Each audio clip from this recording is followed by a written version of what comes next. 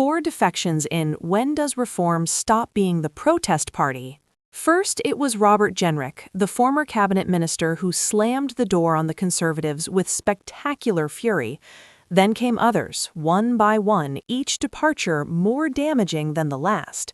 And now, the biggest scalp yet. Suella Braverman, former Home Secretary, Conservative leadership contender, one of the most prominent voices on the right of British politics. Four sitting Conservative MPs have now joined Reform UK. At what point does Nigel Farage need to stop calling this a people's movement and admit the truth? This isn't a protest party anymore. This is the new Conservative Party, and the old one is dying before our eyes. Suella Braverman isn't just another MP. She's been at the heart of Conservative politics for years. As Home Secretary, she was the face of tough immigration policy, the champion of deportation flights to Rwanda, the politician who spoke about invasion on the southern coast and refused to apologize. She competed for the Conservative leadership twice. She had genuine support from the party's right wing, from members who saw her as the true heir to Conservative principles. She was, in many ways, what a significant portion of the Conservative Party actually believed, stripped of diplomatic language and political calculation. And now she's gone, not quietly, not with regret, but with a blistering statement that the Conservative Party has betrayed everything it claimed to stand for, that it's indistinguishable from Labour on the issues that matter most to Conservative voters, that she can no longer in good conscience ask people to vote for an organisation that has systemically failed the British people. This is extraordinary language from someone who was in cabinet just months ago, who competed to lead the party, who had every opportunity to stay and fight internally for the direction she believed in. But Braverman looked at what happened to Robert Jenrick, the massive media attention, the validation from Reform UK's surging polls, the sense of being on the right side of history rather than defending a sinking ship. She looked at the two other MPs who'd already made the jump, and she calculated that the future of British conservatism lies with Reform UK, not with the Conservative Party. Four defections might not sound like many in a party that, even after electoral disaster, still has over 120 MPs. But it's not the numbers that matter most. It's the pattern, the momentum, the sense of inevitable decline. Think about what these four MPs represent. They're not obscure backbenchers. They're serious political figures, former cabinet ministers, leadership contenders, people with national profiles and genuine followings. When politicians of this caliber abandon ship, they're not just leaving, they're declaring the ship unsalvageable. And here's what makes this particularly devastating. Every defection makes the next one easier.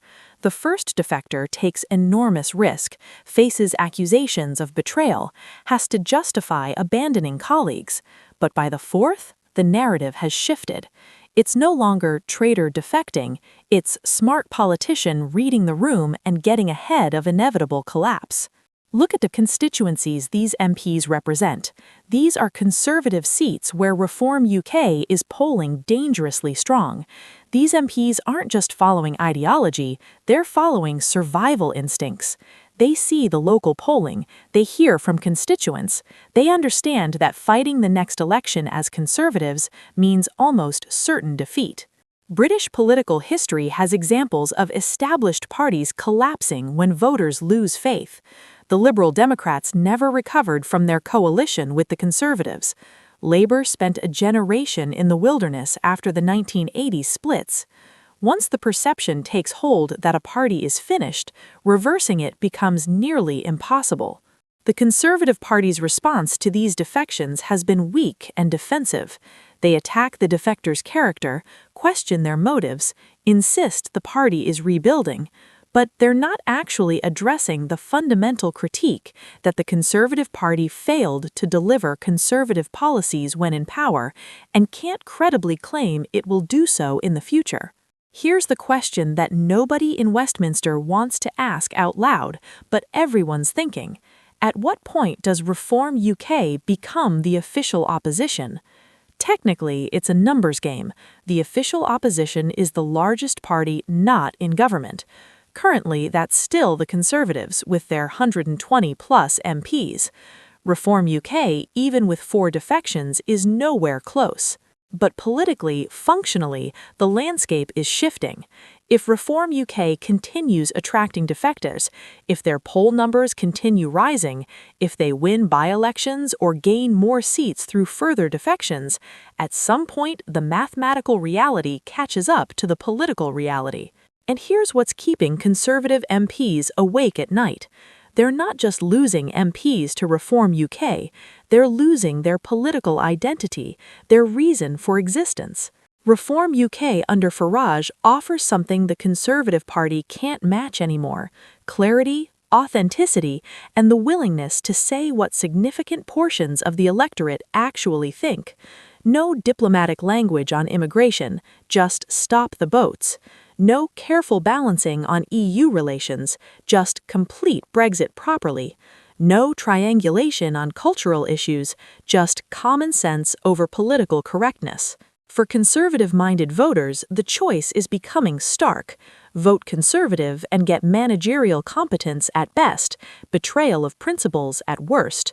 Or vote Reform UK and get politicians who actually say what you believe, even if they're less experienced at governing. Nigel Farage has been playing this long game for years. UKIP forced the Brexit referendum. The Brexit Party destroyed the Conservatives in the 2019 European elections, forcing them to actually deliver Brexit. Now, Reform UK is positioning to replace the Conservatives entirely as the main party of the right.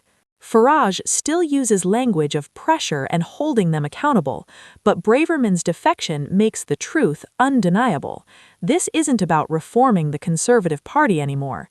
This is about replacing it. The immediate question: who's next?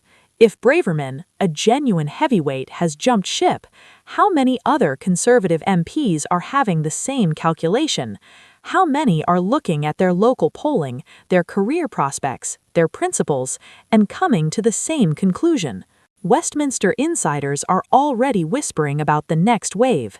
Names of MPs who've been unusually quiet recently, who've been spotted in meetings with Reform UK figures, who've been testing language in interviews that sounds more like Reform UK talking points than Conservative Party line. If even 2 or 3 more high-profile MPs defect in the coming months, the narrative becomes unstoppable. The Conservative Party is over. Reform UK is the future of British conservatism. The electoral implications are enormous. A genuinely strong Reform UK splits the right-wing vote, potentially keeping Labour in power despite their own unpopularity. By-elections become unpredictable. The next general election could produce completely unprecedented results. For Kemi Badenoch, leading what remains of the Conservative Party, the challenge is nearly impossible. How do you rebuild when your most prominent voices keep leaving? How do you define your party's identity when Reform UK is successfully claiming to represent real conservatives? How do you convince voters to trust you when your own MPs don't? Nigel Farage has spent his entire political career working towards this moment: the collapse of the Conservative establishment, the rise of a genuinely populist, nationalist, anti-immigration party as a major force in British politics. Suella Braverman's defection, the fourth but certainly not the last, marks a turning point. The pretense is over. This isn't a protest movement anymore.